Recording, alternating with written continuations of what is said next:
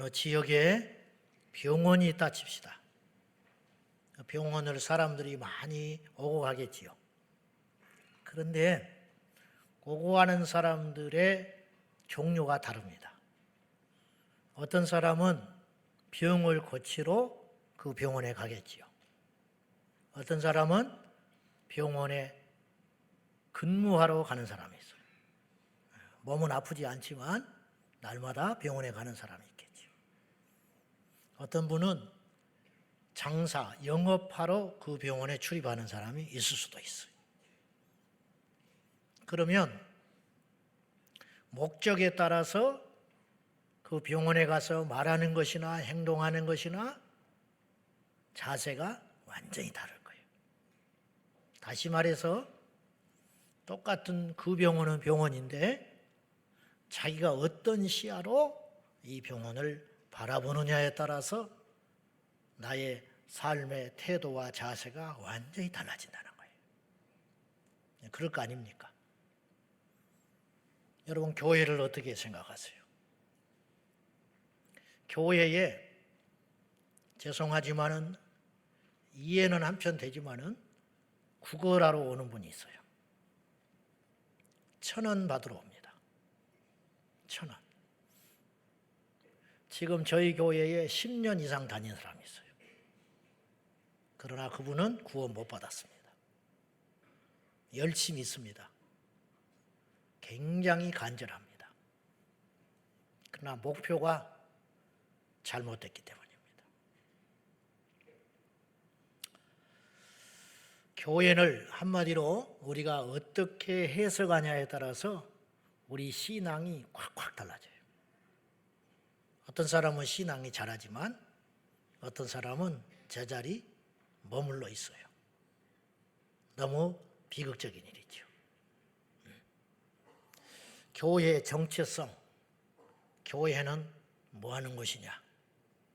한마디로 딱 정리하기는 쉽지 않아요. 왜냐하면 교회의 목표는 하나인데 영혼을 구원하는 것.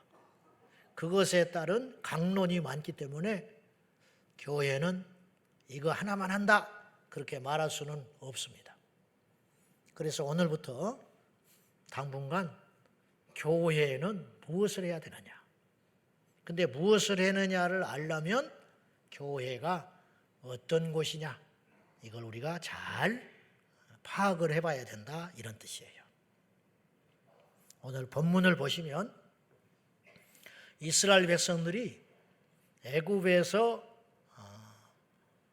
탈출한 이야기를 세밀하게 기록을 해놨어요. 근데 우리가 미처 몰랐던 내용도 제법 많아요. 여기 보면 숫자가 장정만 60만이었어요. 이건 아는데 그 다음에 우리는 흔히 이스라엘 백성들만 나온 줄 알았는데 그게 아니었어요.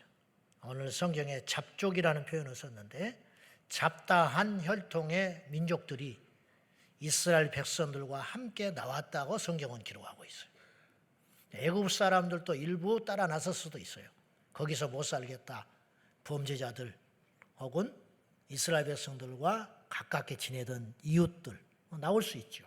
그러니까 이런 잡족들이 함께 나왔는데 빈손으로 오지 아니하고 재물과 가축을 이끌고 나왔다. 나중에 알고 봤더니 그건 다 이유가 있었어요. 그리고 얼마나 급하게 나왔는지 발효되지 않는 밀가루를 어깨에 짊어지고 나왔는데 그걸 이른바 무교병이라고 그러는 거예요. 그래서 딱딱해서 맛이 없어요. 그러나 어쩔 수 없이 먹어야만 했어요. 이게 무교병을 짊어지고 왔다. 그런 말이죠. 그리고 이게 특이한 게 41절에 우리가 봐야 되는데요. 이 본문 때문에 우리가 이걸 봐야 됩니다. 자, 41절 한번 보시겠습니까? 다 같이 시작. 430년이 끝나는 그날에 여호와의 군대가 다 애굽 땅에서 나왔은즉. 여기서 표현을 주목할 필요가 있는데 400년이냐 430년이냐 이건 오차가 있어요. 성경은 어디는 400년, 어디는 430년. 제가 그때도 말했지만은 이런 차이 때문에 성경은 오히려 진실한 책이다. 왜냐? 손을 못 댔다 이 말이에요. 고치지를 못한 거예요. 인간이 조작했다면 이런 오류가 안 나와요. 자, 아무튼지 그런데 이 표현이 430년이 끝났다, 찼다 이런 뜻이에요. 마치 이스라엘 백성들은 430년을 무조건 원튼 원치 않든 애굽에서 종살이를 해야 하는 것처럼 430년이 찼기 때문에 이제는 나오게 되었다 이런 뜻이잖아요. 이건 무슨 뜻이냐? 창세기 15장에 하나님께서 아브라함에게 약속하신 것이 있었습니다. 너의 후손이 애굽에서 400년 종살이하다가 나오리라. 그 약속의 실현이라는 거예요. 놀랍지 않아요? 여러분, 우리 뜻과 계획으로 되는 게 하나도 없어요. 다 하나님의 뜻대로 되는 겁니다. 주님이 언제 오실지 모르지요. 그러나 차면 오십니다.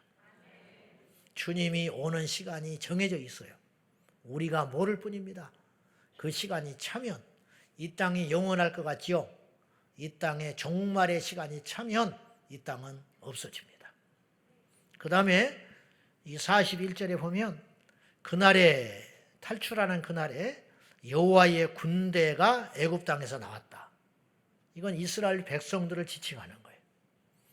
이스라엘 백성들은 400년이 넘도록 종살이를 해서 완전히 인격이 망가져 있었습니다. 남을 배려할 줄 모릅니다. 위아래도 모릅니다. 질서도 없습니다. 그런 종의 근성을 가진 피해의식에 쩌들고 쩌들은 만나기만 하면 으르렁거리고 싸우고 그런 세련되지 못한 민족을 향해서 우리 주님은 여호와의 군대다. 얼토당도 않죠. 이렇게 표현을 썼어요. 제가 이 말씀을 읽다가 무릎을 딱 쳤어요. 이스라엘 백성들을 하나님이 여호와의 군대로 생각하시는구나. 그들은 아직 그렇게 생각도 못하고 있었어요. 하나님이 우리를 어떻게 생각하시는지 아세요? 너희는 나의 군대다. 우리가 인정하든 안 하든.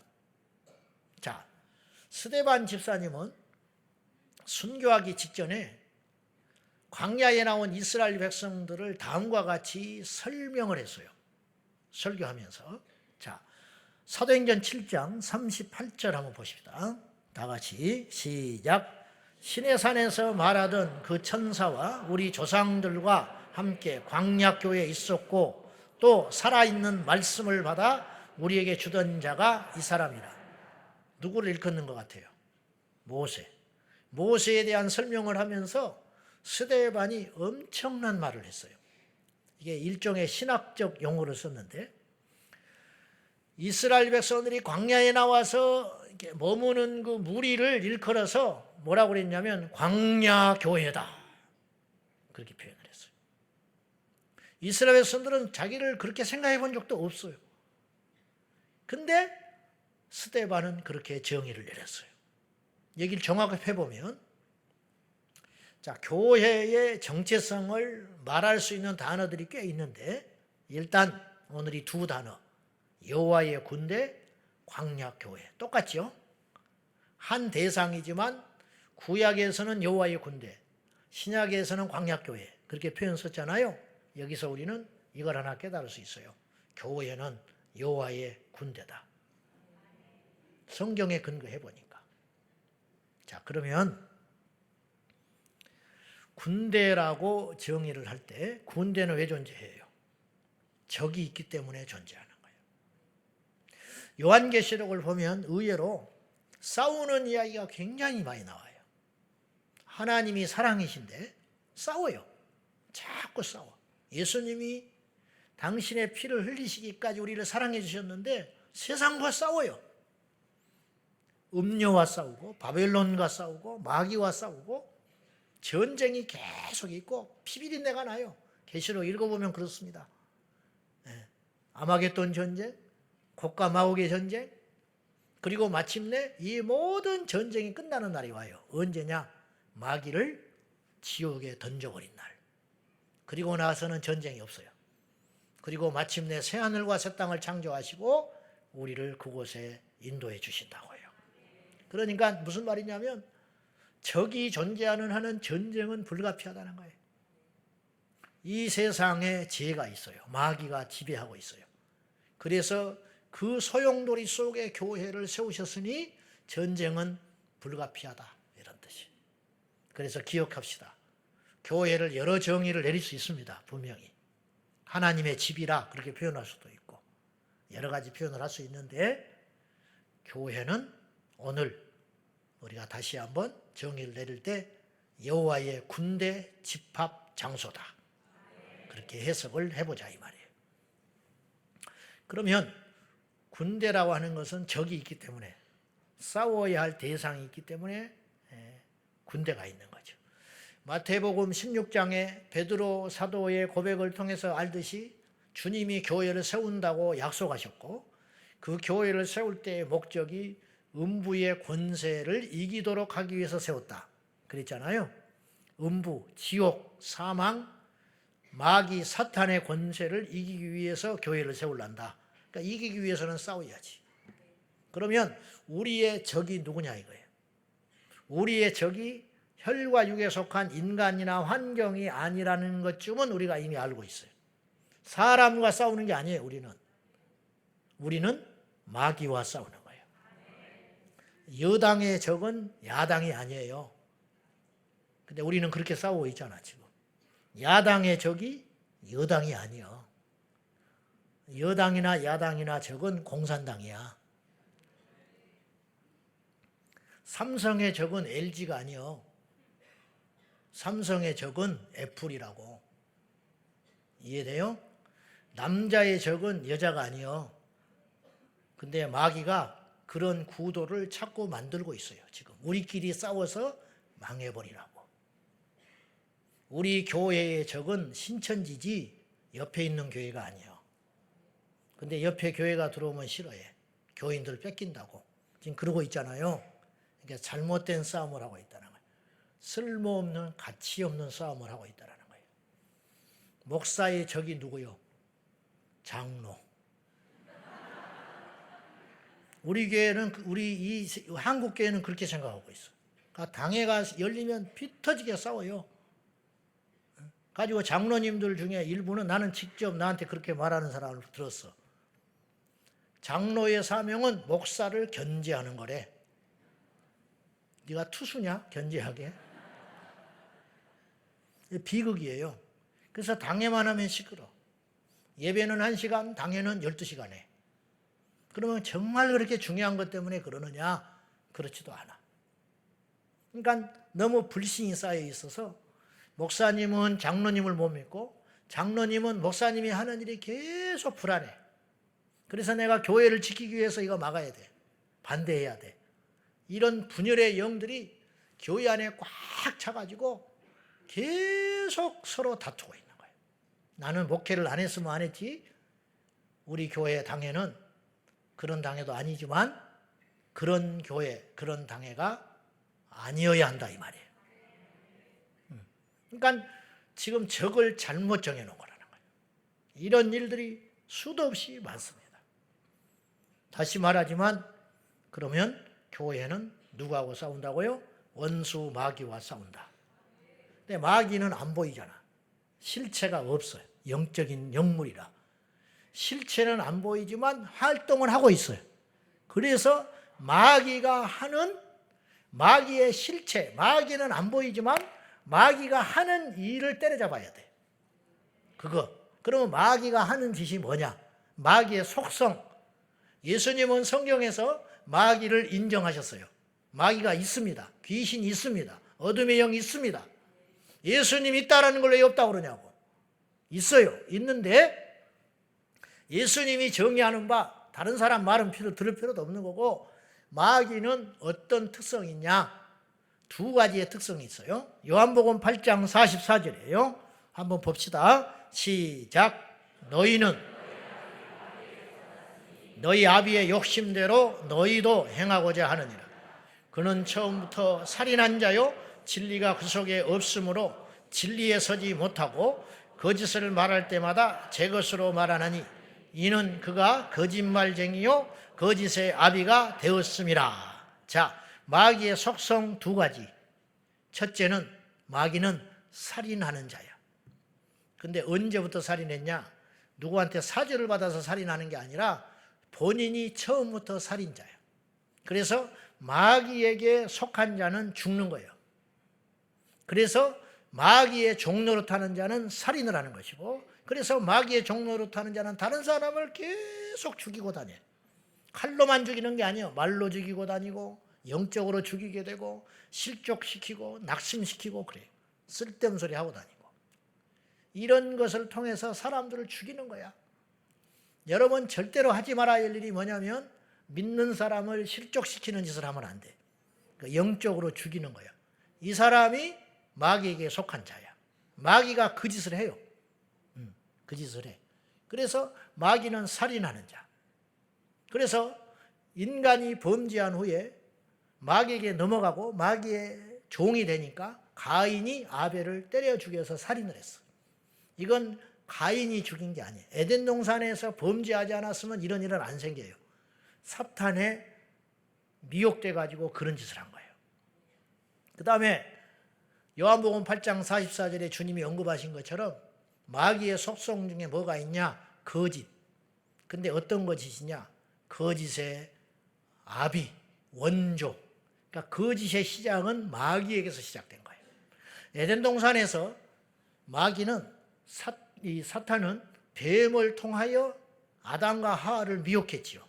뭘로 미혹했냐? 거짓말로 미혹했어요. 가지고 아담과 하와가 넘어가서 미혹돼 가지고 죄 가운데 들어가니까 제일 먼저 나타나는 특징이 뭐였냐? 거짓말을 해요. 아담이 거짓말을 합니다. 인류 역사상 공식적으로 성경에 의하면 최초의 거짓말이 그것이었는데 내가 벗었으므로 숨었나이다. 그 거짓말이었어요. 아담아 어디 있느냐? 그랬더니 거짓의 아비 마귀에게 딱 속한 자가 되니까 그 입에서 스스럼없이 거짓말이 나오는데 뭐라고 거짓말을 했느냐? 벗었기 때문에 숨었나이다. 거짓말이야. 벗었기 때문에 숨은 게 아니에요. 그전에는 안 벗었어? 그때는 왜 안 숨었어? 이게 거짓말이라는 뜻이에요. 그건 무슨 거짓말이냐?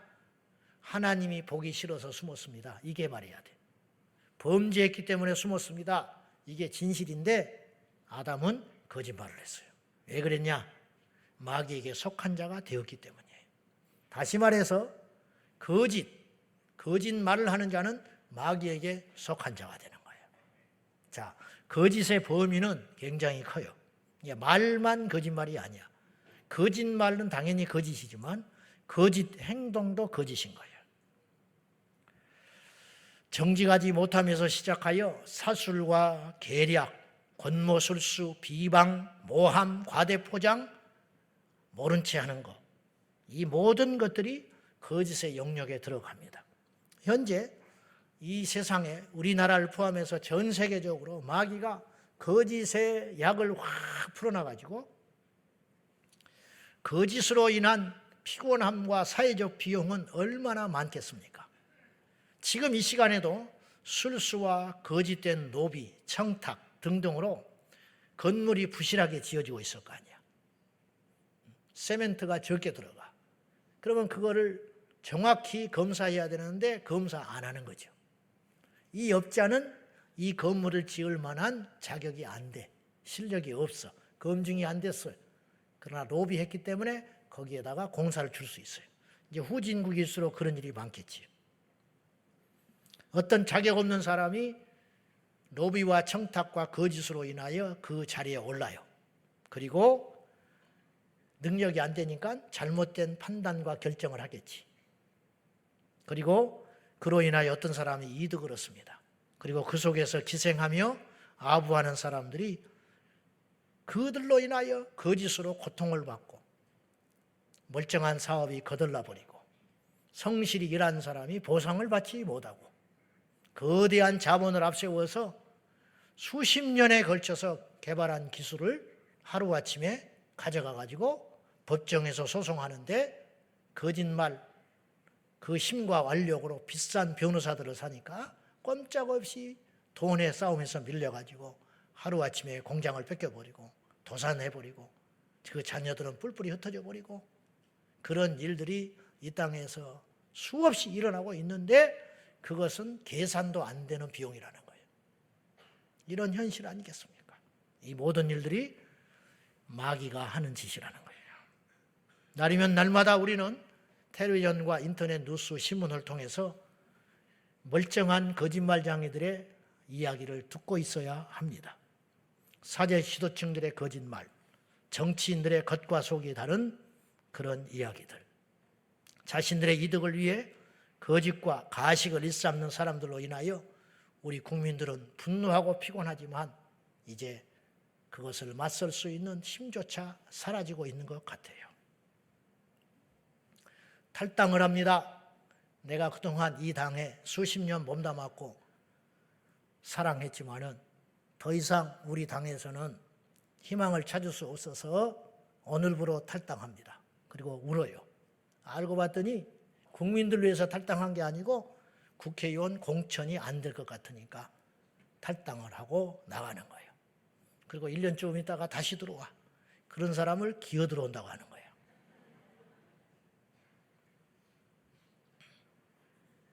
이런 일들이 그러니까 다 알아요. 우리들도. 또 거짓말 하는구나. 또 국민팔이 하는구나. 근데 너무 많으니까 잡아낼 자신도 없고 포기해버리는 거야. 그런 tum바구니 속에서 우리 자녀들이 크고 있어요. 그냥 거짓된 세상에서 거짓된 생각을 보고 듣고 주입하면서 살아가고 있는 거야. 그래서 우리도 모른 채 우리 다음 세대 아이들의 마음속에 어떤 것이 심어져 있냐면 도둑질을 해도 안 들키면 돼. 거짓말해도 안 들키면 돼. 컨닝을 해서라도 대학에 들어가기만 하면 돼. 대학 교수들 레슨하면 안 되거든요. 근데 부모가 몇 천만 원씩 들여가지고 뒷국문의로 불러다가 레슨 시키고 그 자식을 들여보내줘, 대학에. 그리고 들어가. 그리고 부끄러운 줄 아니까 죽을 때까지 입 닫고 있겠지. 그러나 자식은 알고 부모는 알 거 아니야. 그러면 그 인생이 어떻게 되겠냐는 거예요, 제 말은. 저는 지금요, 저도 죄인이고요. 착하게 삽시다, 정직하게 삽시다 그 소리를 하는 게 아니야. 이건 우리 개개인에 향한 이야기가 아니고 교회 공동체, 우리 제자광성교회가 이 세상의 거짓과 싸우는 예수님의 군대가 되어야 된다는 소리를 하고 있는 거예요. 저는 무슨 정치인들을 욕하고 그러려는 게 아니라 여당 야당의 문제가 아니라 이런 이야기를 하면 저도 안 좋아요. 비판을 받지 않으려거든 비판하지 않아야 되거든요. 근데 이걸 하잖아요. 어두운 이야기를 하잖아요. 그러면 영이 손상이 돼. 듣는 여러분도 힘들어. 그러나 알아야 돼. 적을 알아야 돼. 이 시대가 어떻게 돼가고 있는지를 알아야 된다 이 말이에요. 지금 우리는. 돌아가신 오카노 목사님은 살아계실 때 한국교회가 3가지 허가 있다 그렇게 꼬집었어요. 첫째, 허상. 허영을 쫓는다. 허영. 일하지 않고 먹으려는 사람들. 목사들 가서 교회만 개척하면 성도들 몰려올 걸로 생각한다. 허영된 짓이다. 일은 하지 않으면서 복받을 거 생각하는 성도들. 벽에다가 아무리 네 시작은 미아가연스나 네 나중은 창자리를 아침 저녁으로 붙여놓고 읽어봤자 안 된다. 이게 허영이에요. 일한 만큼 이 땅에서 거두게 되어 있어요. 허영심을 버려라. 근데 한국교회 목회자와 성도들이 허영에 휘말려 있다. 그렇게 아주 매섭게 혼을 냈어요. 두 번째, 허세. 하나 있는데 2개 있다. 허세 부리는데 1등이다. 허세. 성도들이 허세가 많다. 허세가. 세 번째, 따끔한 소리를 했는데 허술을 버려라. 5,000명 모인데 교인들이 가서 보면 500명 앉아 있어. 그러니까 왜 그런 짓을 하냐 이 말이야. 허수. 나중에 뭐라고 그러면 등록된 교인들이었다고 그래요.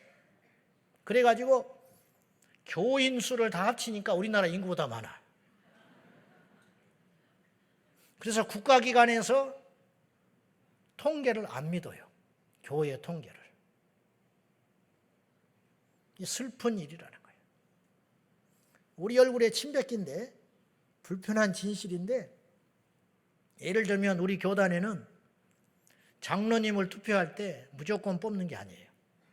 세례교인 숫자에 대비해서 뽑을 수 있어요. 예를 들면 50명에 1명, 100명이면 뭐 2명, 이런 식으로 TO가 정해져 있어요, 숫자가. 근데 이제 어떤 목사님들은 교회 정치를 하고 싶으니까 밖에 나가서 장로님들을 많이 세우고 싶은 분들도 있어요.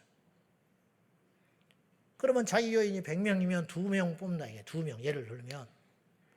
그러니까 세례교인을 200명으로 보고를 해. 그리고 장로 5을 세워. 그러면 같은 노예에 있는 숫자가 얼마 안 되니까 다 알아요, 다른 사람들이. 그래도 그냥 받아줘. 거짓말을 받아주는 거야. 왜 거짓말하냐? 그런 사람이 한 명도 없어. 왜냐? 서로 얼굴 붉히니까. 내 교회도 아니고 뭐 그렇게 해라. 그렇게 해서 장로님이 됐다. 애초에 출발이 잘못된 거지. 애초에 잘못된 거야. 계속 우리가 이런 짓을 해요. 지금. 학위를 속이는 목사들이 너무 많아. 그 학교에 간 적도 없어. 근데 학위를 받았다고 거짓말을 하는 거야. 미국에 그 학교에 간 적도 없어. 근데 통신으로 몇 달 해가지고 학위를 받아. 박사가 됐대, 박사. 영어를 한마디도 못하는데 영어로 논문을 써서 냈어. 그럼 어떻게 냈냐? 돈을 주면 써주는 데가 있어. 그 돈은 교회에서 나오는 거야. 그래 주보에다가 박사 됐다고 담임 목사 박사학위 감사 예배를 드려. 그리고 그 다음 주부터 주보에다가 목사라고 안 하고 PhD 그래가지고 신학 박사. 그리고 교인들은 또 그걸 원해요. 박사학위 받은 사람을 데려가려고 그래. 그래서 슬픈 우스갯소리가 있는데, 인천공항에서 탈 때는 집사였는데 LA 공항에 도착하니까 목사가 됐다. 이게 세상 사람들이 하는 소리야. 너무너무 부끄러운 줄 알아야 돼. 박사가 천국 갑니까? 목사가 천국 갑니까? 집사가 천국 갑니까? 믿는 자가 가는 거예요? 우리가 이 짓을 하고 살아요. 이 짓을. 슬픈 일입니다. 학위를 속이고 안 나온 학교를 나왔다 그러고. 근데 사람들이 뭐라고 그러냐? 그 목사 설교 잘한다는 거야. 설교 잘하니까 괜찮아요? 기도를 많이 하니까 괜찮아요? 그건 열매가 아니에요. 너희가 전에는 어둠이더니 이제는 주 안에서 빛이라. 빛의 자녀들답게 행하라.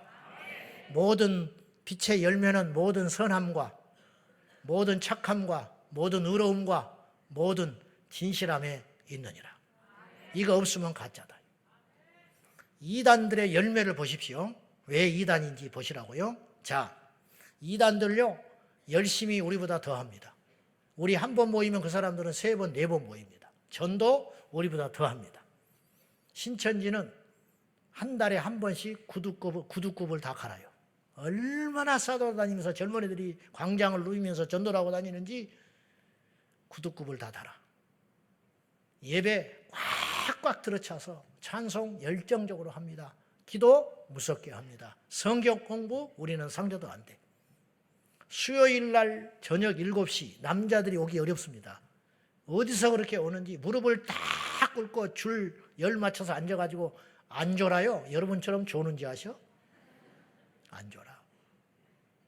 전부 성경 펴놓고 빨간 줄로 팍팍 그으면서 무릎 꿇고 집중해서 성경 공부하는데 그 열심을 못 따라가. 교리 공부 무섭게 합니다. 성경 줄줄줄 외워요. 500구절, 1000구절씩 외워서 밖에 내보내는 거야. 그 시험 봐서 졸업 못하면 떨어뜨려.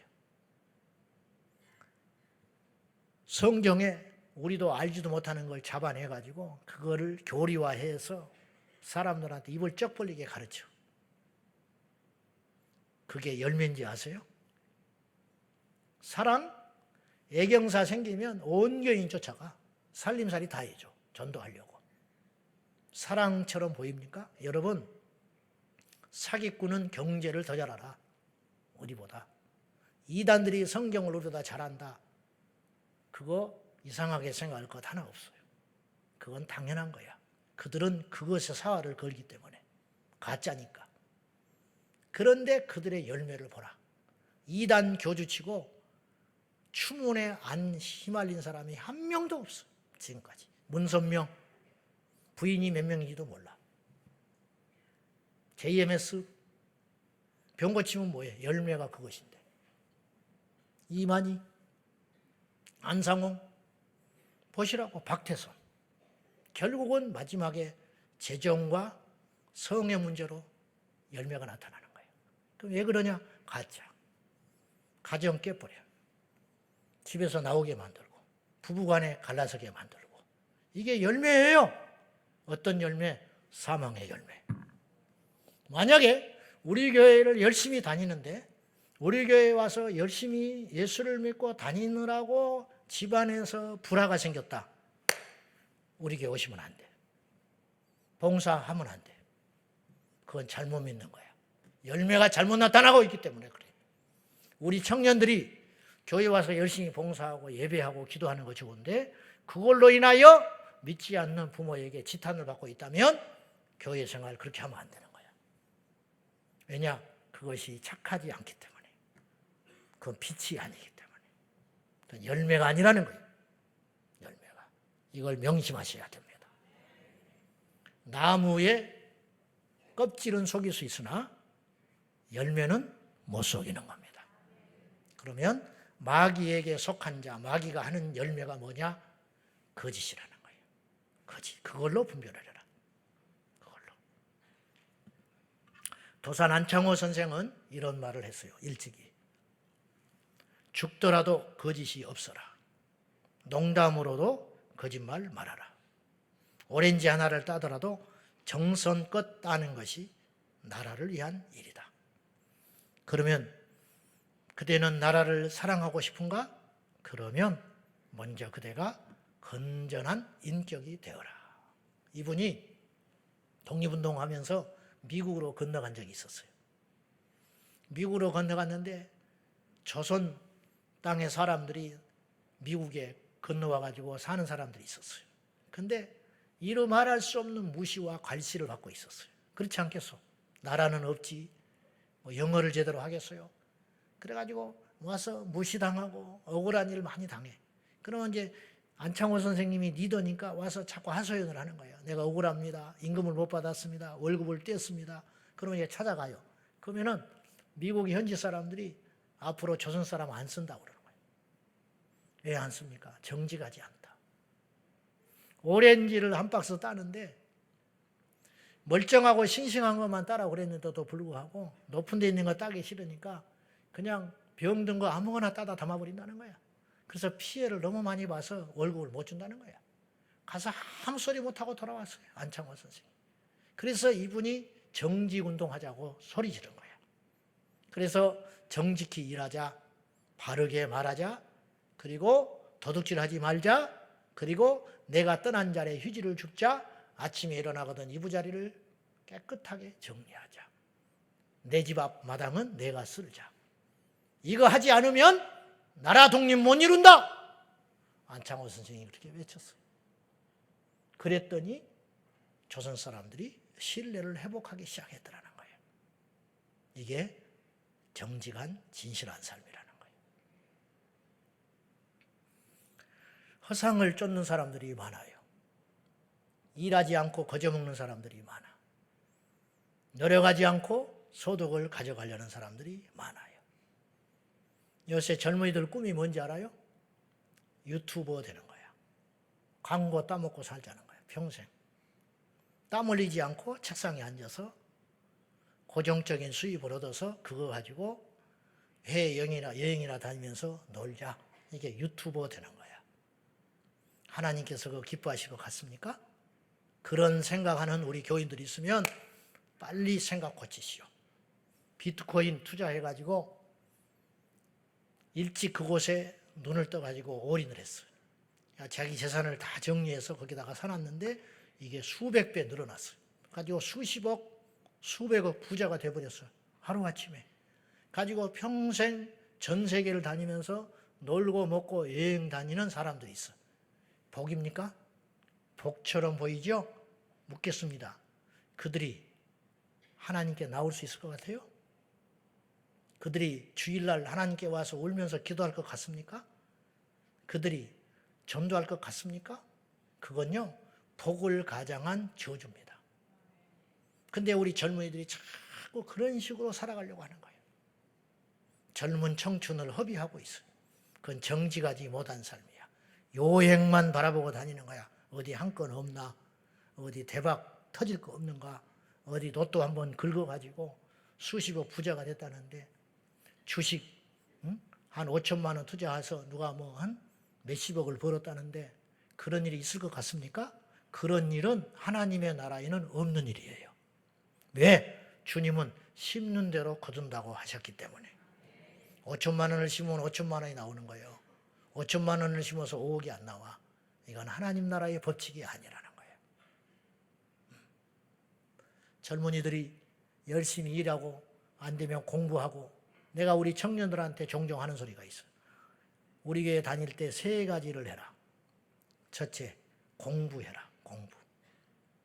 두 번째, 일해라. 일. 나이가 몇 살인데. 세 번째, 기도해라.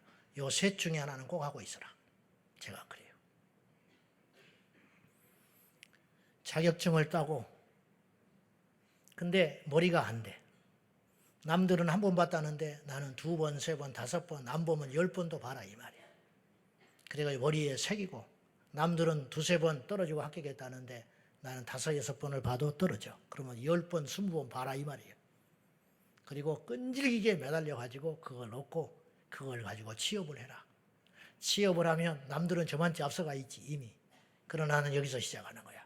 그러나 포기하지 않고 한움을 파고 그 직장에서 모진 세월 견디고 치사한 시간 보내고 상사로부터 구박받고 10년, 20년 차면 어느 날 앞장서 있다.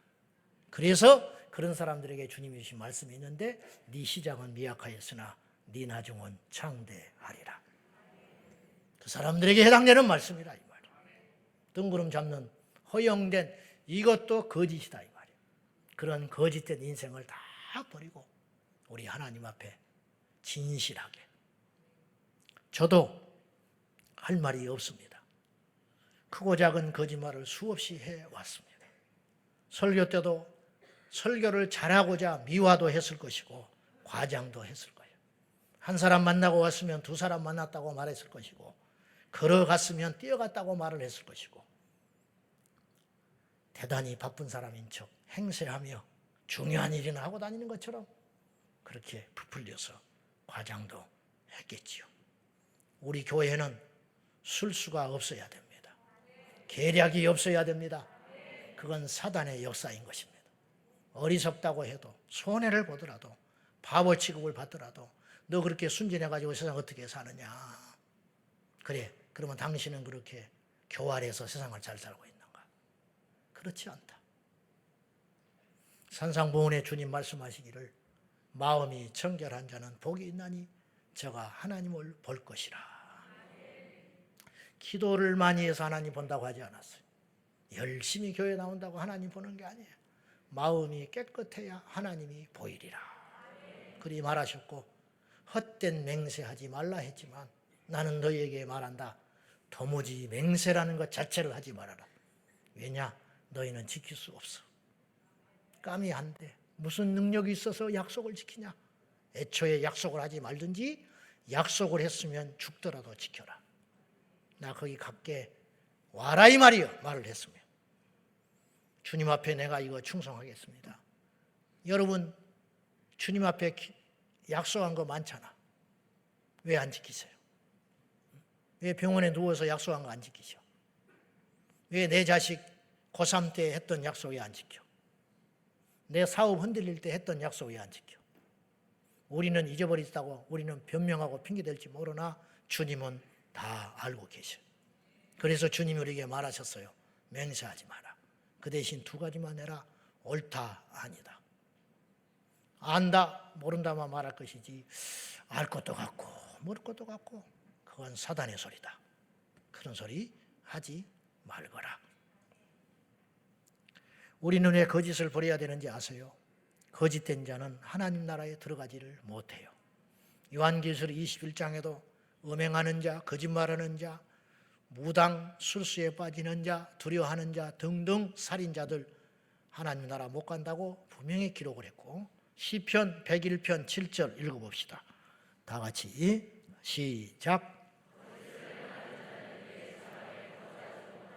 거짓말하는 자는 내 목전에 서지 못하리라. 성경에 분명히 명시되어 있잖아. 거짓을 행하는 자는 하나님 나라에 거주하지 못하리라.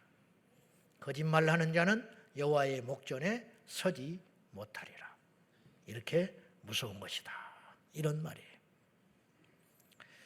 도산 안창호 선생은 나중에 고국에 귀국을 하셔서, 그분이 원래 감리교 신자였습니다. 귀국한 안창호 선생은 1936년 10월 4일 평양 감리교회 연합집회에서 기독교인의 갈 길이라는 제목을 가지고 강연을 하면서 다음과 같이 역설을 했어요. 모름지기 그리스도인은 거룩해야 할 것이요, 또한 그 포부가 위대해야 할 것입니다.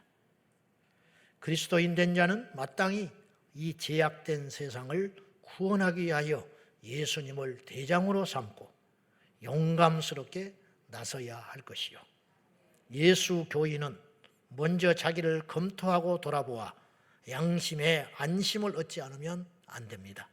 우리는 스스로 정직하여 자기 자신을 혁신해야 합니다.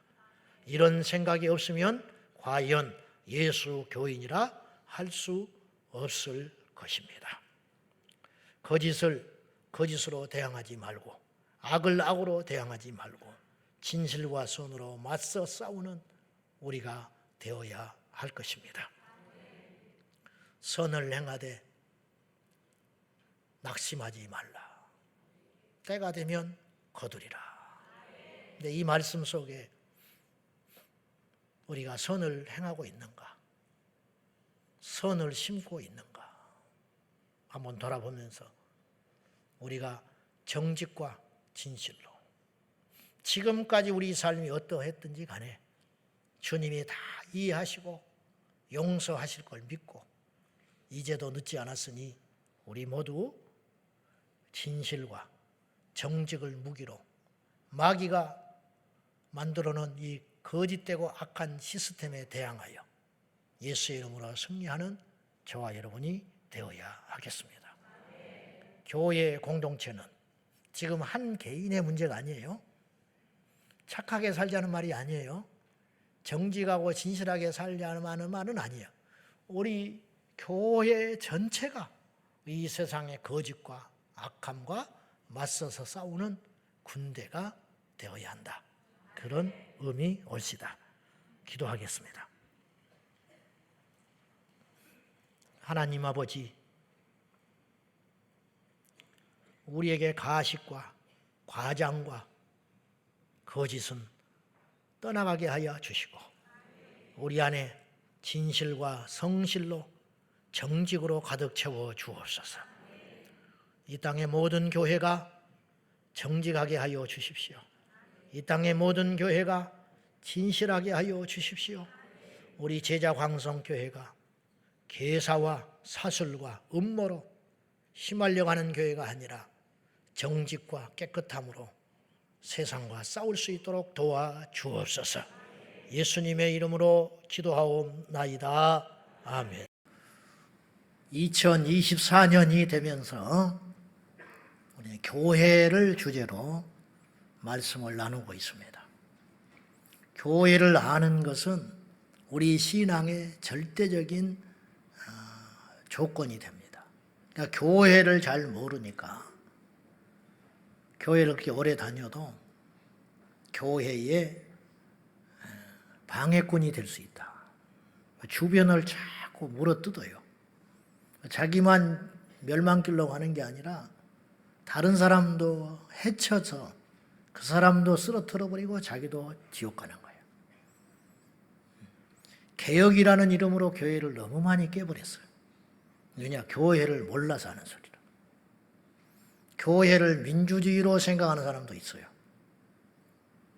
그건 교회를 잘못 알아서 하는 소리다 이 말이에요. 그러면 독재하면 됩니까? 천만에 그런 뜻이 아니지.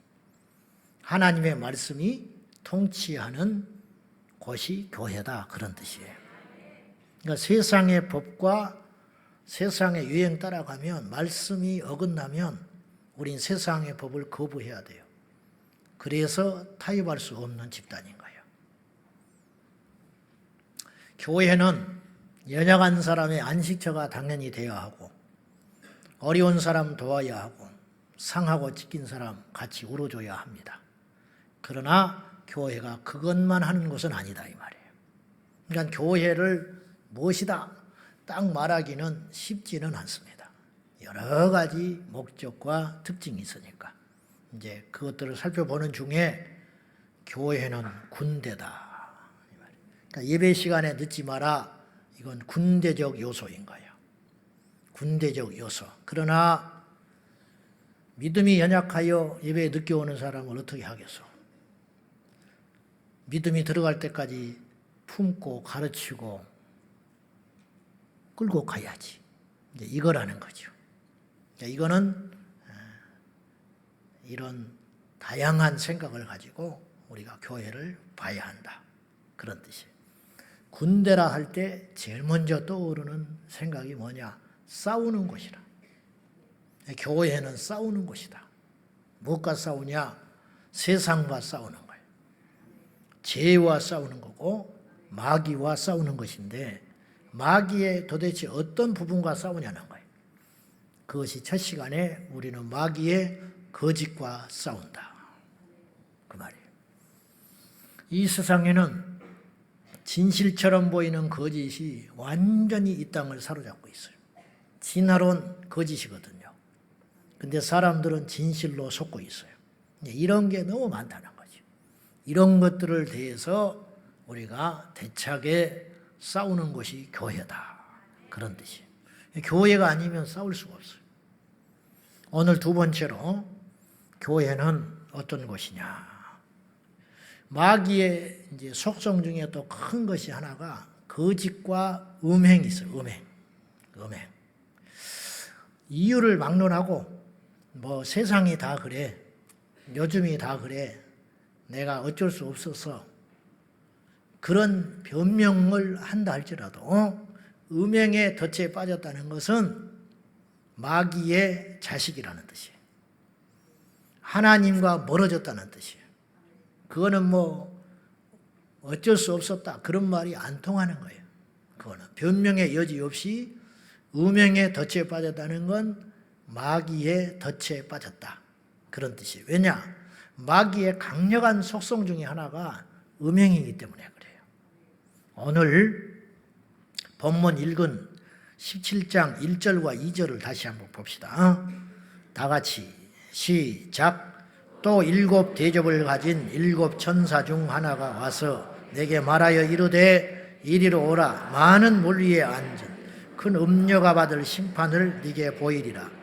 땅의 임금들과 그와 더불어 음행하였고 땅에 사는 자들도 그 음행의 포도주에 취하였다 하고, 그 이름이라는 건 그 존재하는 사물의 특징을 말하는 거거든. 마귀라는 이름 자체가 분리자, 비방자라는 뜻을 갖고 있어요. 그러니까 하나님과 우리를 떨어뜨리고 그 다음에 거짓말로 비방하는 존재가 마귀다. 근데 오늘 17장 1절에 요한이 환상을 봤는데 마귀가 어떤 모습을 가지고 나타났냐면 음녀로 나타난다. 음녀, 음탕한 여인. 그것도 큰 음녀, 왕초, 음행의 원조, 음행의 왕초가 마귀다. 이런 뜻이에요. 마귀는 죽이기도 하고 거짓말도 하고 마귀는 더럽기까지 하다. 이런 뜻이에요. 자, 2절 말씀을 우리가 봤는데요. 땅의 임금들도 그와 더불어 음행하였다. 누구와 음행했다는 거예요? 큰 음녀와 음행하였다. 이 말은 무슨 뜻이냐? 소름 끼치게 이 말씀이 이 시대에 일어나고 있어요. 또 보세요. 땅에 사는 자들, 모든 인류가 그 음행의 포도주에 어땠다고요? 취하였다. 취하였다는 말은 남녀노소 할 것 없이 정신 못 차리고 있다 이런 뜻이에요. 우리가 잔치집에 가면 잔칫날 전부 술 마셔가지고 뭐 어른이고 아이고 남자고 여자고 그래 마셔라 먹어라. 근데 누가 술을 따라줘서 잔칫날 아이고 난 술 안 먹는다. 그럼 뭐라 그래요? 아이고 멋지네 안 그래요? 분이팡 못하게 왜 이래? 그러면서 먹어. 이런 날 안 먹으면 누가 먹어? 그래가지고 강제로 술에 취하잖아요. 그러면 예의가 먹는 거야 그날은. 그러니까 그 잔치에 참여하는 모든 자들은 술에 취해가지고 흐느적거리는 게 이상한 일이 아니고 정상이야. 그것이 정상. 그렇듯이 지금 이 세상이 세상의 권세자들, 임금들, 힘 있는 자들일수록 음행해요. 이상한 일 아니요? 이상한 일이잖아. 세상에 영향력을 가진 사람일수록 음행을 저지르고 있어. 앞장서서 지도층들이. 힘과 권세와 물질을 가졌는데 예수님을 모른다. 뭐 하겠어? 뭐 하겠냐고. 그건 저주야. 그래서 예수 모르고 잘 되는 건 지옥으로 빨리 가는 가속열차를 탄 거야. 뭐냐? 그거 가지고 죄 짓는 거예요. 뭐 하겠냐고. 그러니까 세상의 군왕들이 음녀와 더불어 음행하고 있다. 이용당하는 거지 마귀에게. 그 다음에 땅의 모든 자들이 그 음행에 포도주에 취해가지고 애들이나 옛날에는 그래도 어린애들은 덜 그랬어. 옛날에는. 요새는 없어졌어요. 완전히 이 뚝이 무너졌어. 더 심각한 건 앞으로 이런 현상은 점점점 가속화될 거라는 거야. 우리가 지금 우리도 모른 채 너무 많은 이런 현상들이 일어나니까 받아들이고 있는데 이게 위험한 거예요. 그래서 내가 이런 말 했잖아요. 요즘 애들은 뭐 요즘 애들 다 그렇지 뭐 이거 위험한 소리라고 그랬어. 중학생은 다 그렇지 뭐. 다 그래야 되는 것이 정답인 것처럼 말을 하고 있어. 요즘 애들이 누가 인사해? 인사 안 하는 게 정답이야. 인사하면 이거 천연기념물인 거야. 이거. 결혼하기 전에 순결하면 이거 이상한 거야. 그냥 동거해야 되고 혼전 순결 없어져야 되고 이게 누구만 그러는 게 아니고 당연한 일이야. 어쩌다가 안 그런 사람은 비정상적인 거. 이런 세상을 만들었다. 그럼 왜 이런 일이 일어났느냐? 술에 취하게 만들었다 이 말이에요. 술 안 취한 게 정상이야 사실은. 근데 술 취한 사람이 너무 많아. 그래서 멀쩡한 정신을 갖고 있는 사람이 술 취한 사람들에 의해서 내몰리는 상황이 이 시대가 됐다. 이 술 취했다라는 말은 뭘까? 음행이 전 세계에 번져가고 있다. 이런 뜻입니다. 사람이 좀 배웠으면 조금 더 양심적이고 거룩해야 되거든요. 사회 지도층이라면 자신의 명예를 위해서라도 다른 사람 눈을 의식하면서도 좀 조심해야 되거든요. 근데 들키지만 않으면 돼. 이런 생각들이 팽배해 있다 이런 뜻이에요. 오히려 어떤 생각까지 갖고 있냐면 그러한 쾌락과 죄를 짓기 위해서 성공해야 된다고 생각하는 사람도 있어요. 지금 그렇게 아이들이 가치관이 흘러가고 있어요. 플레이보이 창업자인 휴 해프너라는 사람이 있어요. 그는 81세에 21살 아가씨와 여인과 결혼을 했어. 그러면 처음 결혼했을까? 그동안 많이 했을까? 많이 했지. 몇 번인지도 몰라 나는. 근데 그리고는 91세에 죽었어요. 그러니까 이 여인은 자기가 그래 자서전을 뒤에 썼어요. 돈 보고 했다 결혼을. 근데 이걸 보시라고요.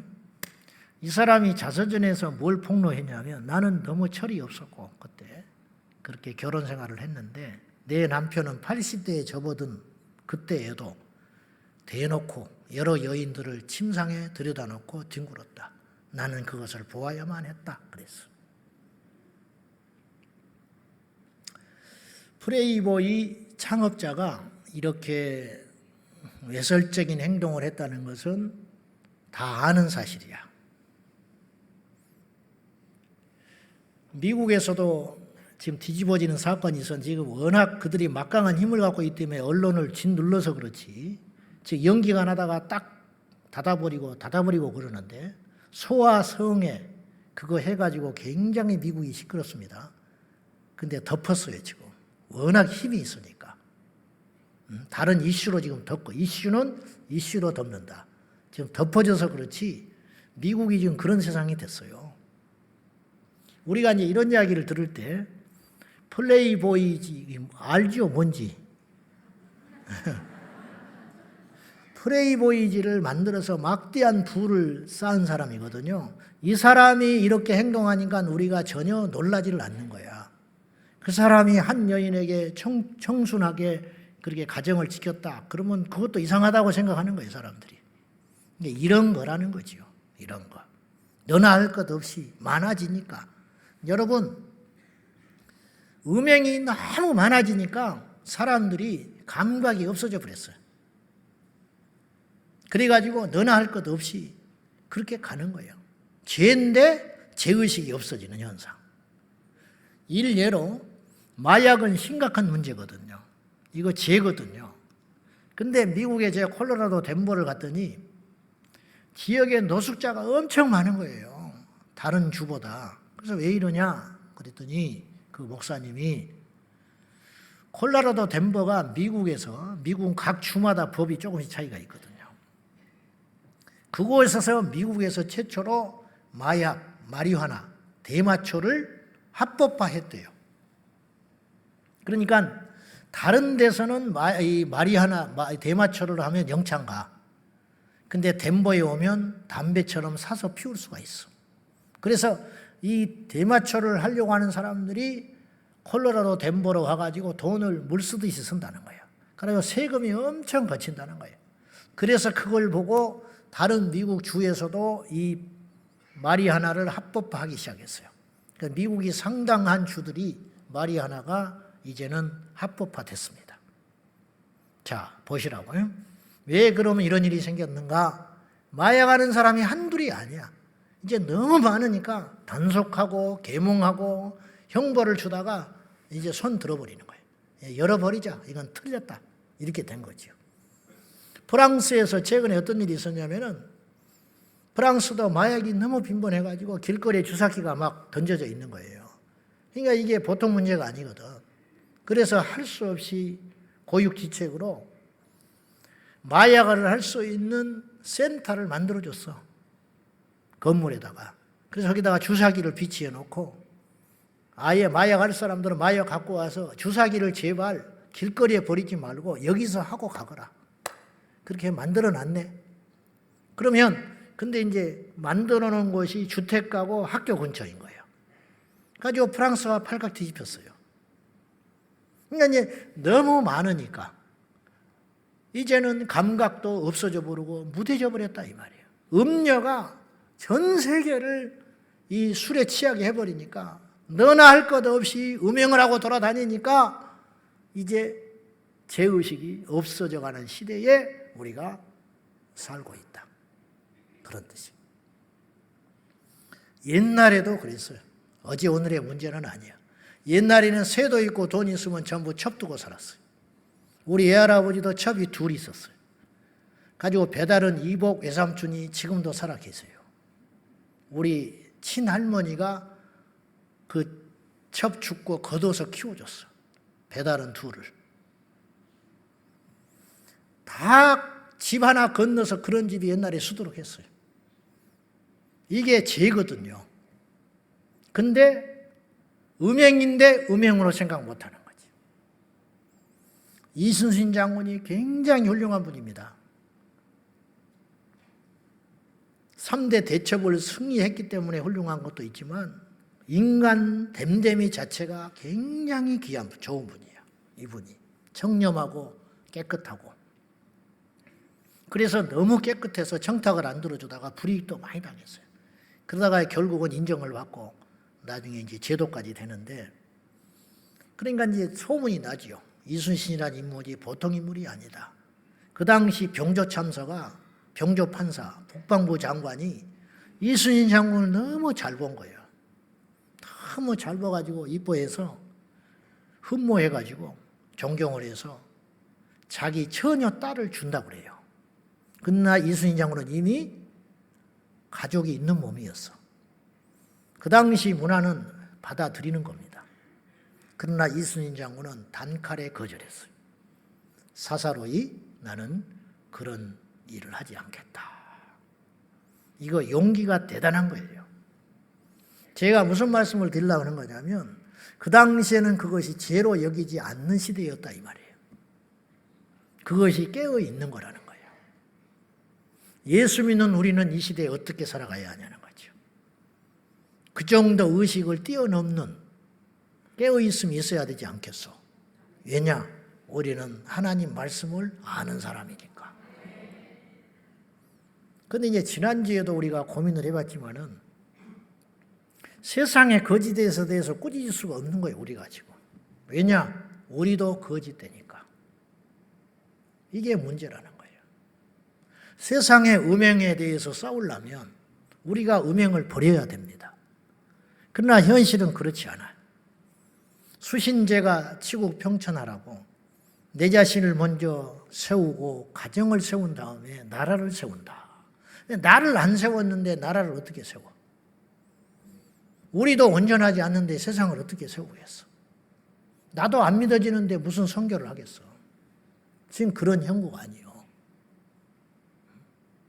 세상과 교회가 구분돼야 세상을 이길 거 아니야. 초대교회가 300년 만에 로마를 무너뜨렸어요. 그 저력이 어디 있는지 아세요? 밖에 나가서 전도만 했다고 됐을까? 지금은 전도 안 합니까? 그게 아니에요. 초대교회의 진짜 무기는 복음과 함께 도덕적 무기가 있었어요. 다시 말해서 포장지 디자인이 기가 막히게 좋았다 이 말이에요. 그 안에는 복음을 담았고 겉에는 윤리와 도덕으로 무장을 한 거예요. 그 안에는 이 복음이 있었지요. 예수는 그리스도다. 이 복음을 딱 담아놓고 근데 이 복음이 아무리 귀해도 사람들이 받아들이지 않지. 관심이나 있습니까? 예수는 그리스도다. 예수는 그리스도다.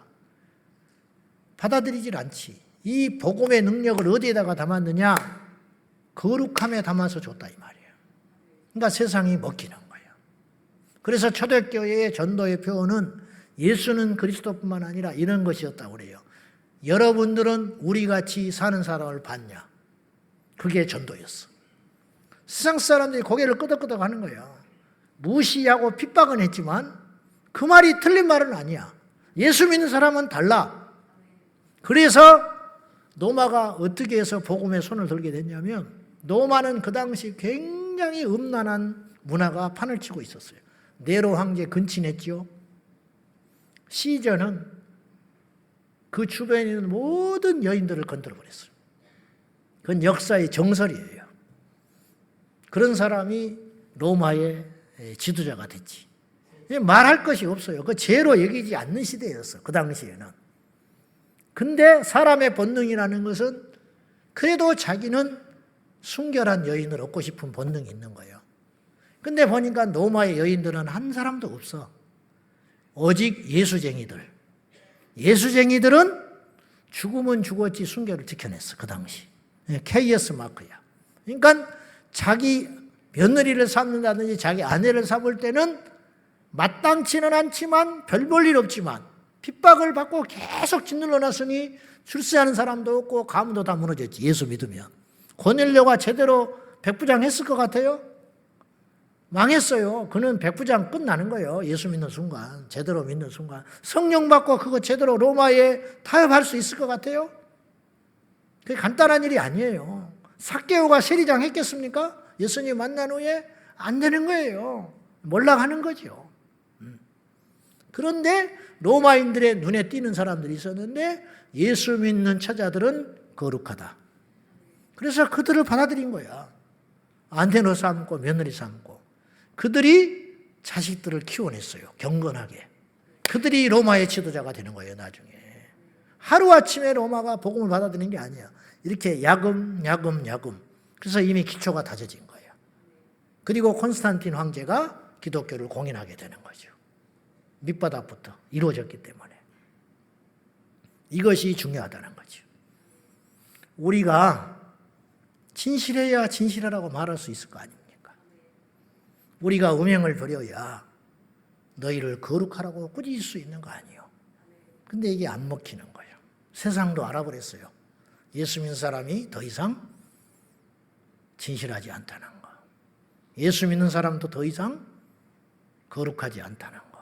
그러나 이제라도 우리가 다시 시작해야 돼요. 이것밖에 없어.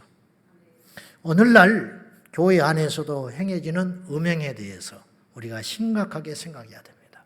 교회도 더 이상 안전한 지대가 아닙니다. 젊은 청년들이 적절치 못한 교제들을 그리고 선을 넘어서 혼전 순교를 다 깨버립니다. 교회 안에 리더들이, 사역자들이 음행을 저지름으로 인하여 교회가 소용돌이에 휘말리고 시끄러운 걸 수없이 봤어요. 주로 이단, 사이비 단체들에게서 나타나는 현장이지만 정상적인 교회에서도 이런 일들이 계속 잡음이 일어나고 있습니다. 우리가 우리 자신들을 잘 지켜내야 합니다. 예나 지금이나 성경이나 우리가 눈뜨고 살아가는 이 세상이나 다를 게 하나 없어요. 다윗이 넘어졌어요. 다윗이.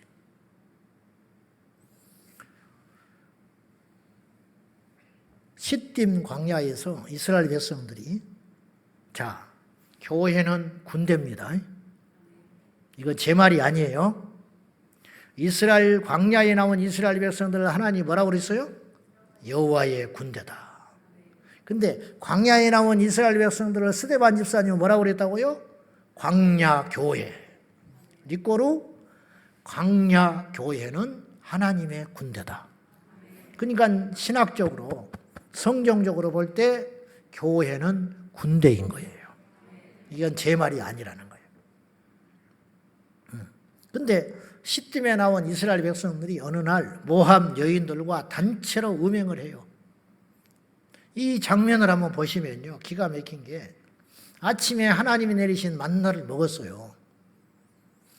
구름 기둥이라고 표현을 했지만은 구름이 이스라엘 백성들을 따라다니는 거야. 근데 자연적 구름이 아니라 이게 하나님이 만들어준 인공적 구름인 거예요. 그들에게만 구름이 있어. 이게 기가 막힌 일 아니에요. 이런 불가사리한 일이 어디가 있냐고. 밤이 지나면, 해가 지나면 여기저기서 불꽃이 피어올랐어요. 그래서 불기둥이라고 그래요. 불기둥. 하늘로 치솟는 기둥 같은 불. 이런 걸 날마다 경험하고 산 거예요. 근데 대낮에 만나 먹고 정신 차려가지고 음행을 저질렀어. 근데 이 말씀을 좀 보시면 사탄이 그 배후에 있다는 걸 알 수 있는데 전부 정상이 아니에요. 대낮에 단체로 음행을 한다는 게 이게 보통 일이 아니잖아. 그 다음에 이스라엘 백성들이 그것도. 그 다음에 모함 여인들은 또 어떻게 된 거야? 단체로 음행을 하러 왔다 이거예요. 창기들이 아닌데. 이게 창기도 문제가 되는 일인데 이거 뭐냐? 사단의 엄청난 미혹이 있는 거죠. 제게 정신들이 아니에요, 지금. 음행에 술 취해가지고 이런 일이 일어나고 있다는 거예요. 여러분, 하나님이 그냥 두지 않아요. 어떻게 했느냐? 전염병을 보내가지고 그 음행에 가담한 자 24,000명이 죽어버렸어. 여러분, 반드시 죄에는 열매가 따라와요. 우리가 이 땅에서 그 열매 똑똑 따먹고 사는 거예요. 믿음에도 열매가 있고 죄에도 열매가 있는 거예요. 생명의 열매를 맺는 사람이 있는가 하면 사망의 열매를 맺는 사람이 있다. 우리는 이 두 길이 있는데 어디로 가야 되느냐? 답이 나와 있는 거죠. 지금 세상에서 자행되는 상상을 초월한 음행들이 열거할 수조차도 없어요. 성경은요, 우리 일상생활과 절대로 동떨어진 막 뜬구름 잡는 이야기가 없어요. 그래서 굉장히 사실적인 이야기고 읽으면 탁탁 와서 박히는 이유가 그것에 있어요. 레위기서에 보면은 하나님께서 성적 음란 방종에 대해서 굉장히 강하게 질책을 하고 하지 못하도록 경고하시거든요. 근데 이스라엘 백성들한테 경고하는 게 이런 거예요. 근친하지 말아라. 그건 무슨 뜻이냐? 그 당시 근친이 자행되고 있다 그런 뜻이에요. 고린도전서 안에서도 근친하는 사람이 있었어요. 그 바울이 그거 호되게 꾸짖거든요. 아비와 아내와 합하여 하체를 범하는 자가 있다고 들었다. 계모와 잠자리를 한다 이 말이에요. 계모, 친엄마가 아니고. 이게 인간이에요. 이게 교회고. 근친에 대해서 죽여버려라. 이모의 하체를 범하는 자는 죽여버려라. 그랬잖아. 성경은 그냥 툭 하면 죽여버려라 그래. 안식일 범하면 죽여버려라. 부모를 대적하는 자식놈은 죽여버려라. 나도 몇 번 죽을 뻔한 거야. 몰랐을 때. 알고는 못하지, 겁이 나서. 짐승하고 수관하는 놈이 있었다. 그거 죽여버려라. 왜 그런 불결한 이야기를 성경에 써놨을까? 그런 일이 일어나고 있었다라는 거예요. 그 당시 문화 속에서. 하나님께서 이거예요. 내 백성 이스라엘은 그런 거 하지 마라. 그리고 동성애 하지 마라. 동성애 역사는 굉장히 길어요. 어제 오늘의 문제가 아니야. 지금 점점 많아진다는 것이지. 옛날에도 있었다고.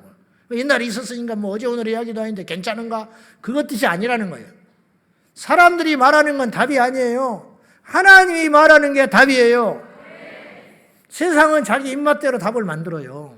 많으면 그것이 진리가 된다니까요. 내한테 좋으면 그것이 옳다고 우기는 게 인간이에요. 그러나 하나님의 말씀은 어떤 시대를 초월하고 흔들리지 않는 절대 진리라 이 말이에요. 기준, 카논이 된다 이 말이에요. 흔들리지 않는 기준, 속일 수 없는 진리. 그 성경은 시대와 역사를 초월하여 무슨 말을 하고 있는가 동성애에 대해서 레위기서 20장 13절 봐요. 다 같이 시작. 남자와 동침하면 둘 다 가증한 일을 행함인즉 반드시 죽일지니 자기의 피가 돌아가. 죽이라는 거예요. 굉장히 강한 거지. 남자가 여자와 동침하고 아름다운 한 가정을 이루는 것은 하나님의 뜻이다 이 말이에요. 그래서 아담을 만드시고 하와를 돕는 배필로 파트너로 만들어 주신 거예요. 그러니까 성경은 혼인을 더럽히지 마라 그래서. 그건 무슨 뜻이냐? 결혼을 해서 한 가정을 이루었거든 평생 서로에게 최선을 다하여 충성하고 순결을 지키라 이 소리거든요. 혼인을 귀히 여기라는 말은 더럽히지 말라는 거예요. 혼인을 누가 끼어들어서. 이게 하나님 뜻이에요. 정확하지 않습니까? 근데 지금은 어떻게 사느냐? 한 남자가 두 여자로 사는 가정이 있어. 한 여자를 두 남자가 데리고 사는 사람도 있어. 이게 다양한 가족이래. 성경에 의하면 이건 결혼이 아닌 거예요. 남자는 여자로 순리대로 결혼해서 살게 되어 있다. 하나님 법칙에. 근데 그렇게 하듯이 남자가 남자를 취하거든 둘 다 가증한 것이니 죽여버려라. 그러면 오늘 그런 동성애자가 있으면 어떻게 할까요? 죽여버릴까요? 여러분 이 말은 무슨 뜻이냐? 우리가 안 죽여도 죽게 돼 있어.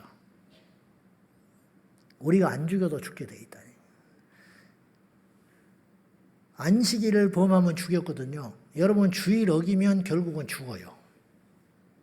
지옥 간다 이 말이에요. 자식이 부모를 대적하기 시작하면 결국은 그 자식은 누가 안 죽여도 죽게 돼 있어. 망한다 이런 말이에요. 제 말은. 이해되면 아멘 하세요? 결국은 죽게 돼. 이게 하나님의 뜻이에요. 동성애자는 결국은 죽어. 망해. 우리가 안 죽여도. 이런 게 다 혐오 표현으로 돌아가서 나중에는 이제 내가 설교 못해. 이런 설교. 이 슬픈 일이죠. 마귀가 이 시대에 동성애를 무기로 현혹하는 것이 있는데 성경에는 분명히 동성애를 죄로 명시하고 있다는 걸 잊지 말아야 돼요.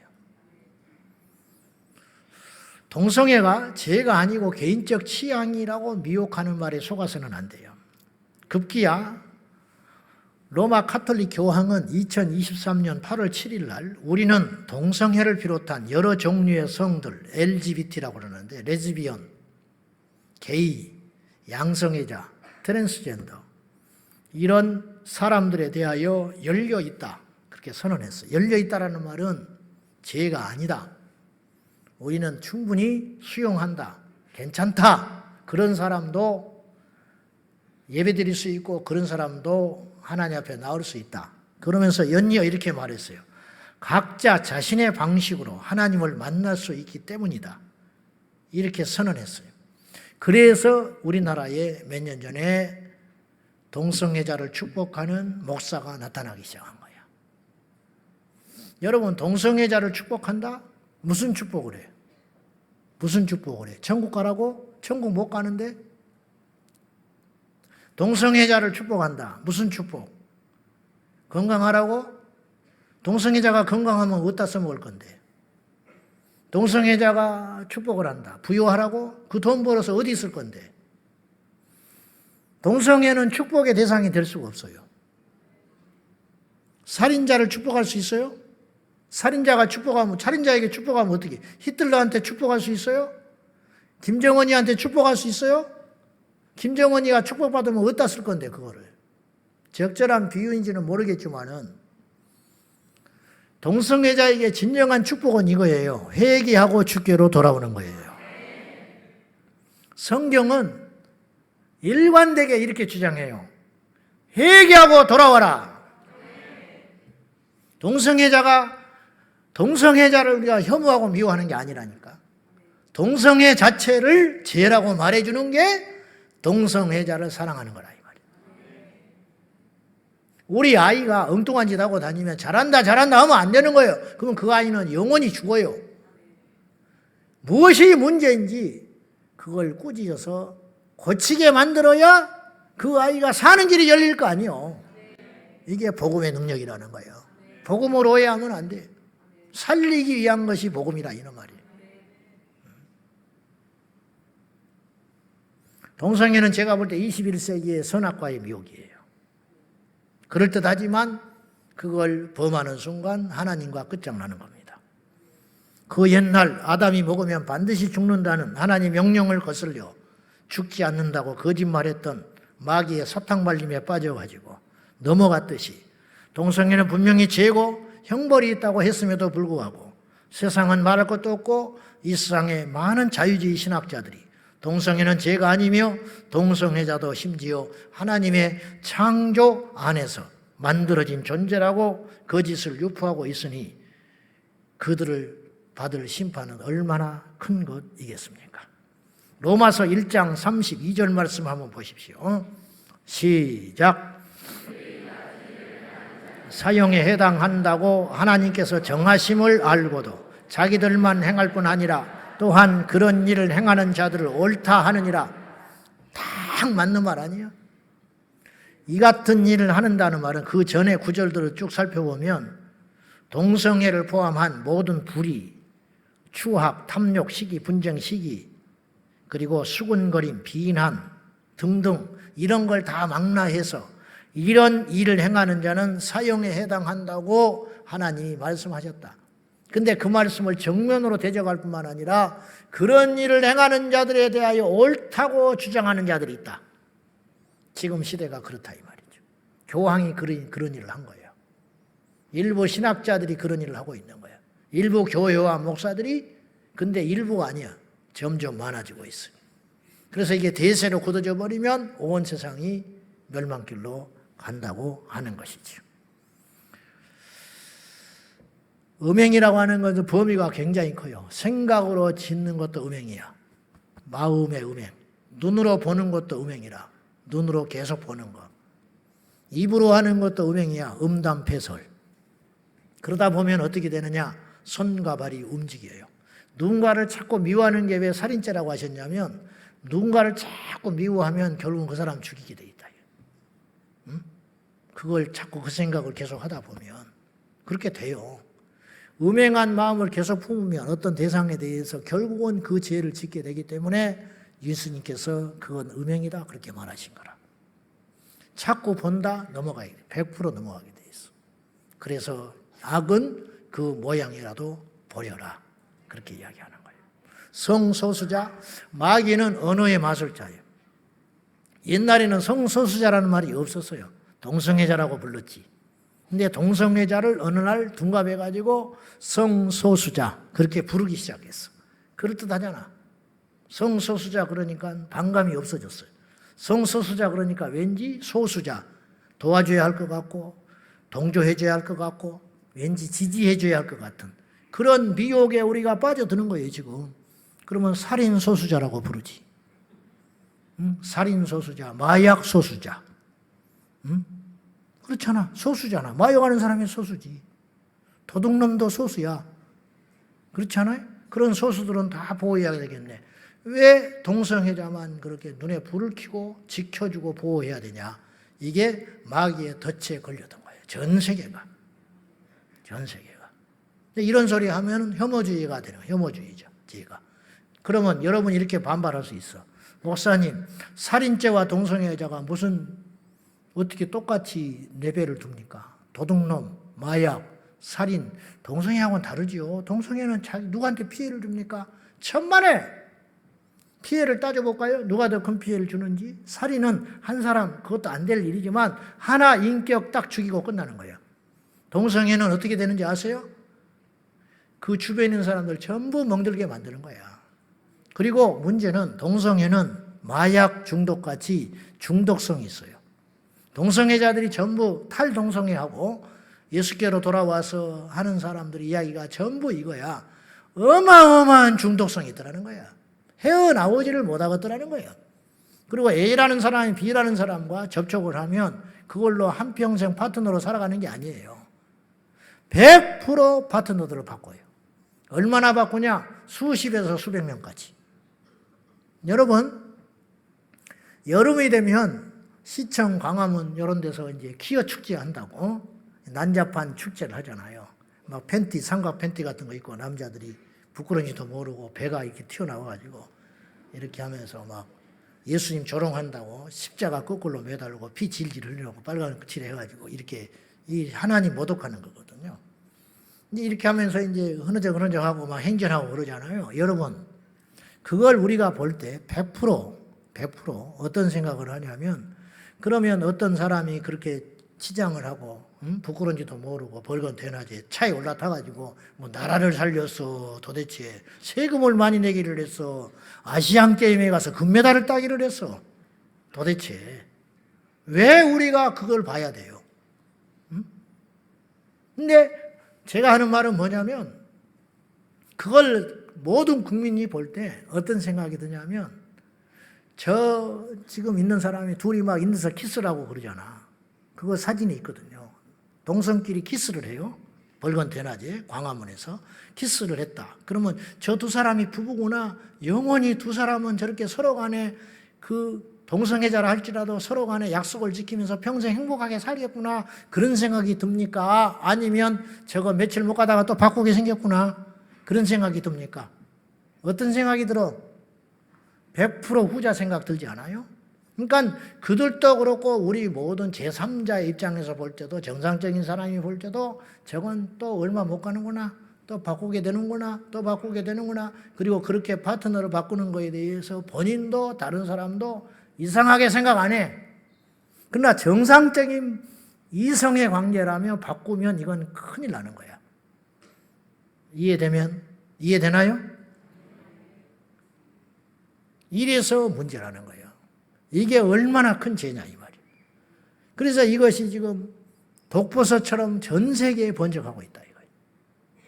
제가 기도를 하면서 생각을 해봤어요. 나도 이런 말 하기 너무 싫고요. 저희 교회가 지금 금요일마다 차별금지법 바로알기 아카데미 그 영상을 우리 교회 채널을 빌려줘가지고 송출을 하고 있어요. 지난번에 우리가 한번 경고 먹고 그거 지워졌어요. 왜 그랬냐? 그래서 유튜브에서 닫아버려가지고 뭐 때문에 그랬는지 알아보라 했더니 차바에서 강의하는 어떤 분이 어떤 목사님이 무슨 강의를 했냐면 여러 가지 동성애 문제점에 대해서 이야기를 하면서 동성애는 타고난 것이 아니다. 유전인자 없다. 그걸로 걸렸다는 거야. 그랬기 때문에 혐오한 것이고 차별했기 때문에 우리 채널이 경고당해서 닫아져 버렸어요. 그러면 앞으로 어떤 세상이 되냐 이렇게 흘러가면 제가 이런 설교를 하면 내가 차별주의자고 혐오주의자가 된다 이 말이에요. 그럼 나는 고소당해요. 고소당하면 하나님 앞에는 영광스러운 일이지만은 핍박이니까 이게 보통 일이 아니야 사실은. 내가 그런 일을 당하면 나 하나로 끝나는 게 아니라 우리 교회가 소용돌이에 들어가요. 그러면 이제 여러분들이 전부 100% 지지해가지고 우리 목사님 힘내시오. 돈 걷어가지고 재판 비용도 대주고 기도도 해주고 금식도 해주고 감옥에 들어가 있으면 영치금도 넣어주고 그러면 좋은데 다 그렇지 않아. 이 중에 일부는 이렇게 말하는 사람이 나오기 시작하는 거야. 그러게 뭐하러 그런 소리를 자꾸 해. 내가 그럴 줄 알았어. 이런 사람이 분명히 나온단 말이에요. 그리고 내가 가가지고 이제 변호사 쓰고 어쩌고 해가지고 시달리다가 교회 앞 나왔어. 나왔더니 3분의 1은 교회 떠나버렸어. 못 기다려주고. 목사님 뭐하러 그런 짓 했냐고. 그런 일 있죠. 그럼 나는 이제 그 다음에 이 강단에서 진리를 외치지를 못해. 이게 마귀가 하려고 하는 짓이에요, 지금. 이게 단순히 동성애가 문제가 아니라는 거예요. 이걸 필두로 이단을 이단이라고 말하지 못하고 신천지를 신천지라고 말하지 못하고 이슬람을 말하지 못하고 죄를 죄라고 말하지 못하면 이 세상은 어떻게 되겠냐 이 말이에요. 그것이 두렵다 이 말이에요. 제 말은. 그런 날이 오기 전에 막아야 한다 이 말이에요. 물건이 도둑질 당하기 전에 지켜야 할 거 아니요. 전쟁이 나기 전에 전쟁을 안 나게 막는 게 지혜로운 거 아니요. 강단이 자유가 있을 때의 힘을 가지고 지켜내야 할 거 아니요. 예수님 오실 때까지. 이게 깨어있는 거라는 거예요. 이것이.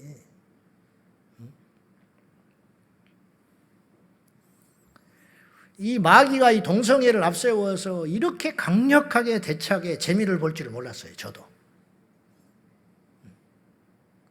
이 동성애는 쉽게 말하면 이렇게 표현해 볼게요. 제가.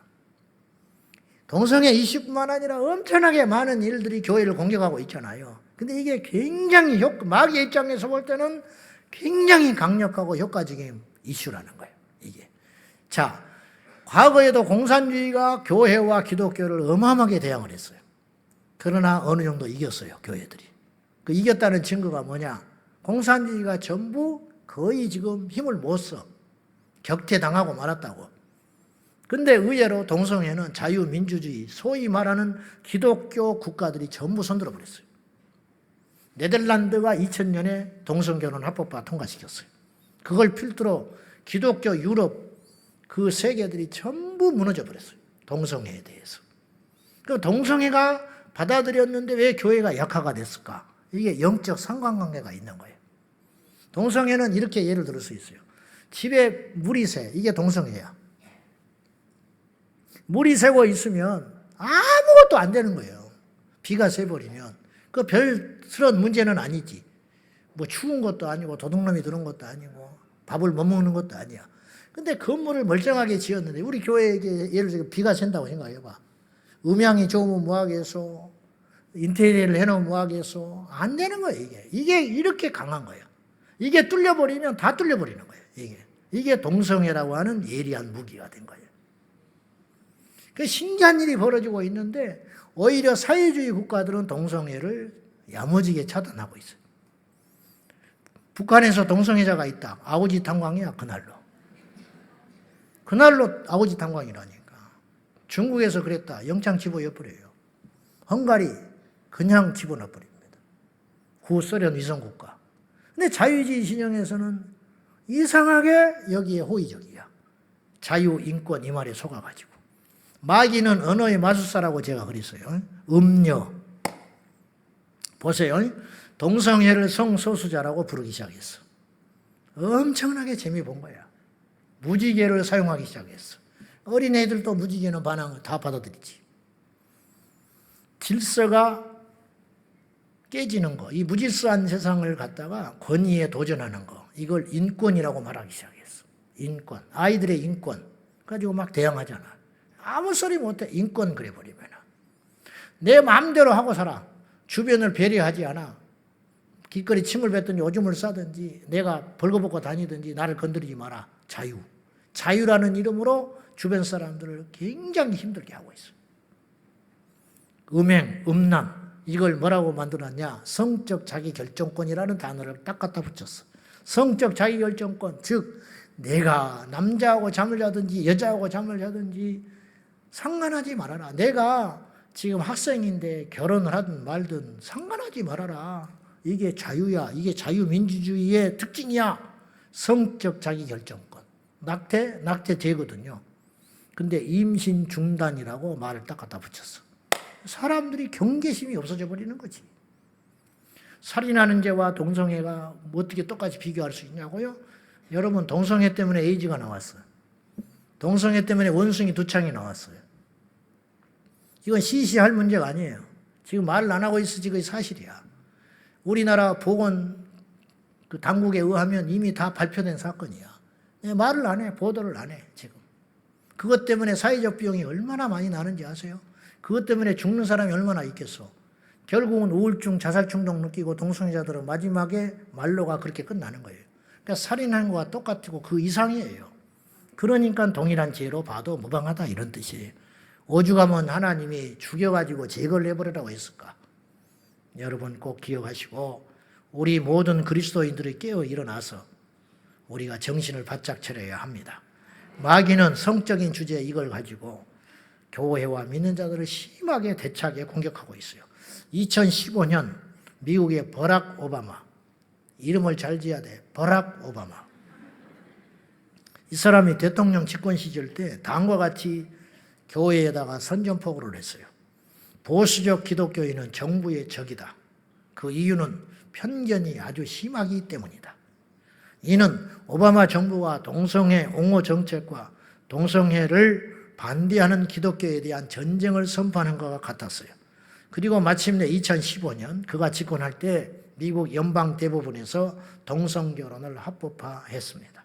이걸 필두로 네덜란드가 2000년에 통과시켰고요. 2005년에 캐나다, 2013년에 영국, 프랑스, 2017년에 독일, 호주, 2019년에 오스트리아, 대만, 2022년 멕시코, 그리고 스위스, 쿠바까지 다 넘어갔어요. 일본도 곧 넘어가기 직전이에요. 우리나라는 얼마나 버틸지 모르겠어요. 그러나 우리나라밖에 없다고 내가 말을 했어요. 주님 오는 날까지 지켜내야 합니다. 동성애를 비롯한 음행이 왜 위험한가 하면 단순히 윤리적 차원을 넘어서 동성애를 범하고 나면 음행만 저질러도 하나님 앞에 서기가 어려운데 동성애를 향하고 어떻게 하나님 앞에 설 수 있겠냐 이 말이에요.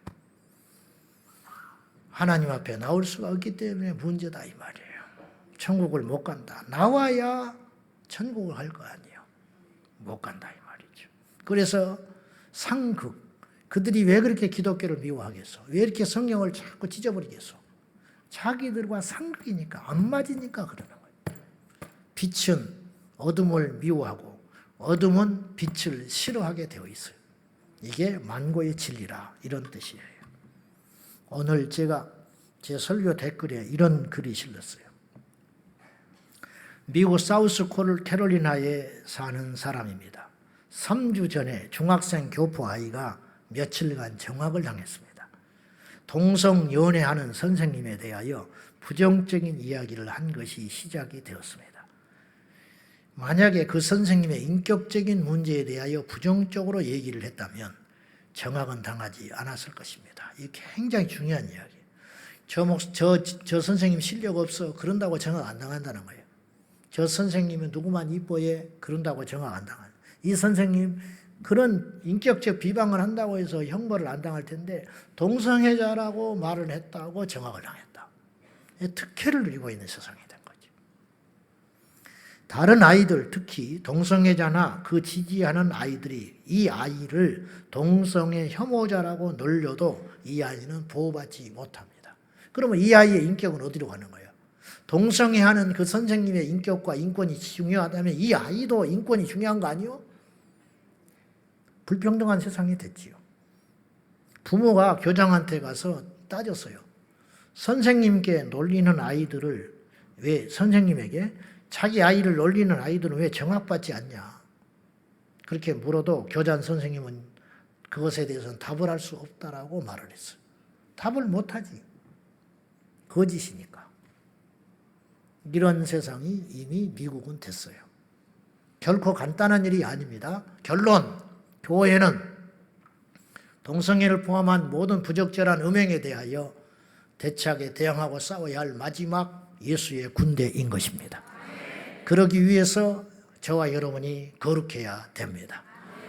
절대로 그런 빌미를 만들지 말고 요셉처럼 도망하셔야 되고 환경에 노출돼서는 안 될 것이고 이성 간에 악수도 하지 말고 접촉도 하지 말고 아무리 좋은 일이라 할지라도 같이 함께 하지 말고 선과 절도를 잘 지켜서 우리 이 땅의 모든 크리스찬들이 저는 그렇게 봅니다. 이 땅의 교회가 지금 쇠잔해 가고 믿는 자들이 없어져 가고 그것을 위해서 무슨 트렌드를 보강하고 문턱을 낮추고 세상의 흐름을 따라가려고들 난리인데 나는 정반대의 생각을 하고 있어요. 그래야 교회가 부흥하는 게 아니고 교회만이 가질 수 있는 가치 그것을 가지고 있을 때 오히려 세상은 교회에 들어올 수 있다. 그것이 뭐냐? 거룩함이다. 그것이 뭐냐? 예수 그리스도다. 그것이 뭐냐? 이 시대를 정확히 말해줄 수 있는 하나님의 입이 되는 것이다. 기도하겠습니다. 하나님 아버지, 너무너무 슬프고 답답합니다. 이 시대를 어떻게 하면 좋습니까? 우리가 다 죄인이었습니다. 우리도 하나님을 알지 못하고 어설프게 알 적에 음행하고 죄를 짓고 살았습니다.